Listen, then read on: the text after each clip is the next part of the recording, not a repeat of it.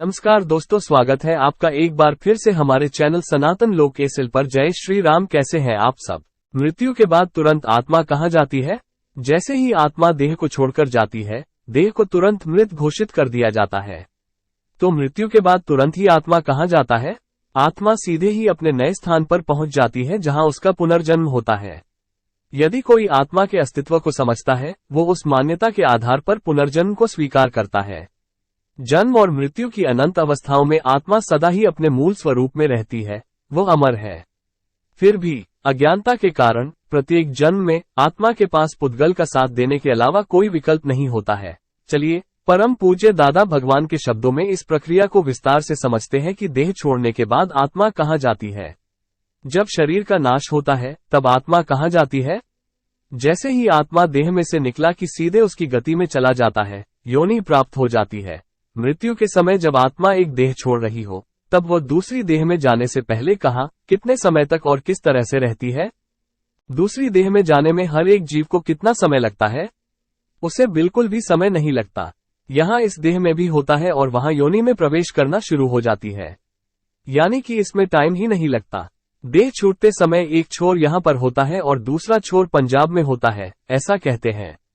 आत्मा संकोच विकास का भाजन है, इसलिए कितना भी लंबा हो सकता है।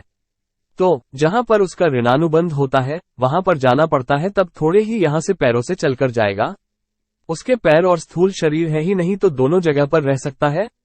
यहां से जहां पर जाना हो वहां तक उतना खिंच जाता है। फिर वहां पर घुसने की शुरुआत हुई हो तो यहां से बाहर निकलता जाता है। जैसे सांप यहां बिल में से निकल रहा हो तो एक भाग बाहर भी होता है और दूसरा भाग अंदर भी होता है, उसके जैसी बात है ये। यानी इस देह को छोड़ने में और दूसरी देह ग्रहण करने में, इन दोनों के बीच में कितना समय लगता है? बिल्कुल भी समय नहीं लगता। यहां पर भी होता है, इस देह में से निकल रहा होता है यहां से, और वहां योनि में भी हाजिर होता है। क्योंकि यह टाइमिंग है, वीर्य और रज का संयोग होता है उस घड़ी। यहां पर देह छूटने वाली होती है, तब वहां पर वो संयोग होता है। वो सब इकट्ठा हो जाए तब यहां से जाता है, वरना वो यहां से जाएगा ही नहीं। क्योंकि यदि यहां से चला जाएगा तो वह खाएगा क्या? वहां योनि में गया लेकिन खुराक क्या खाएगा? पुरुष का वीर्य और माता का रज, वे दोनों ही होते हैं, और वहां जाते ही भूख के मारे उनको वह सारा ही खा जाता है और खाकर फिर पिंड बनता है। बोलो अब, ये सब साइंटिफिक सर्कमस्टेंशियल एविडेंस है ना? तब फिर यहां से निकलने में देर नहीं लगती। अब वहां पर यदि ऐसा टाइम सेट नहीं हुआ हो न, तब तक यहां पर इस देह में उन करता रहता है। क्यों निकलते नहीं हो? जल्दी जाओ ना। यदि ऐसा कहें तब कहेगा, नहीं अभी तैयारी नहीं हुई है वहां पर। ऐसे अंतिम घड़ी में उन करता है ना, वहां पर एडजस्ट हो जाने के बाद यहां से निकलता है। लेकिन जब निकलता है तब वहां पर सब पद्धतिपूर्वक ही होता है।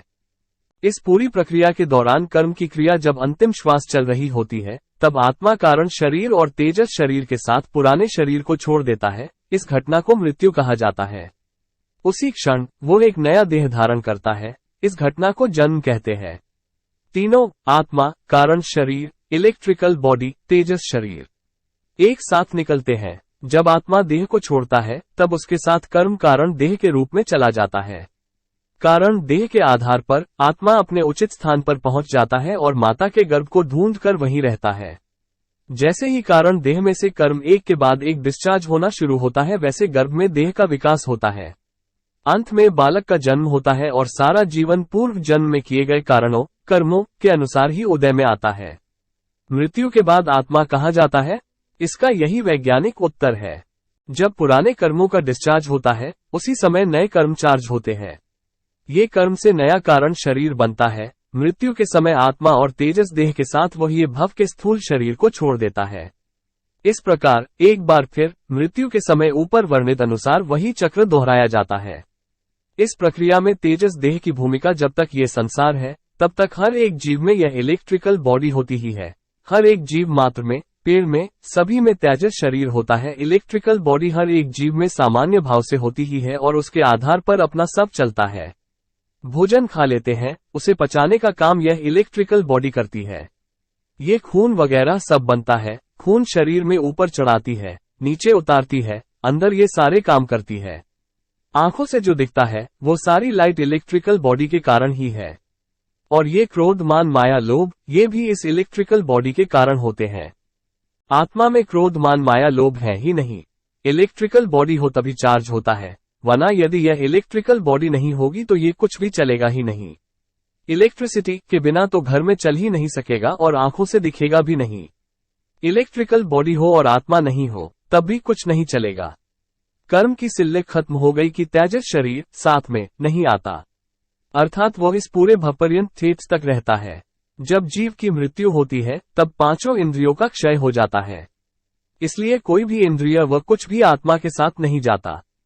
केवल ये क्रोध मान मोह व लोभ ही साथ जाते हैं। ये कारण देह में क्रोध मान मोह और लोभ सब आ गए। जब तक मोक्ष नहीं प्राप्त होता तब तक सूक्ष्म देह आत्मा के साथ ही होता है।